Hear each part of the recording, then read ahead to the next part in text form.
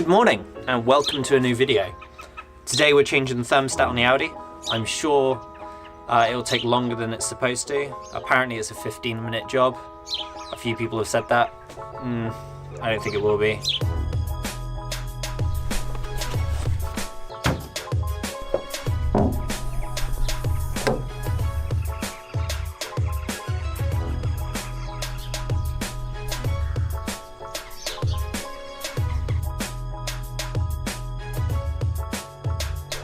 Thermostat sender is down at the back. You've got to take this off to be able to get decent access. So we're trying to get to that bolt. So there's two 10mm bolts on the thermostat, which you won't be able to see. Both are in horrific places. Well, one's not so bad. Just don't lose them, because if you lose them, they will be gone forever. That's the bolt we're trying to undo.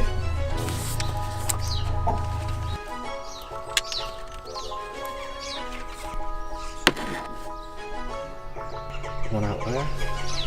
There's one directly below it. 2 hours later.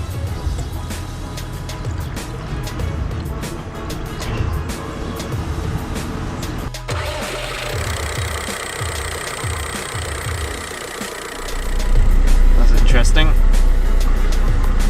Temperature's actually moving now. So as you can see, temperature is going up now slowly. Hopefully it goes up more than that, because I'd really like it if the problem's fixed. So close. So there you have it. That's how you fit a thermostat to a B6 Audi A4 1.9 TDI. Hopefully you got a gist of how you do this kind of thing. Sorry if it wasn't. Hopefully it will be though. So it's basically two 10mm bolts, a couple senders and sensors, and then it can come out. You put the new thermostat back in, put the O-ring back on, plug it in, do everything back up, fill out with coolant, and just leave the top off while it's running. Get it up to temperature and just keep filling up with coolant until it's up to temperature, and everything will work.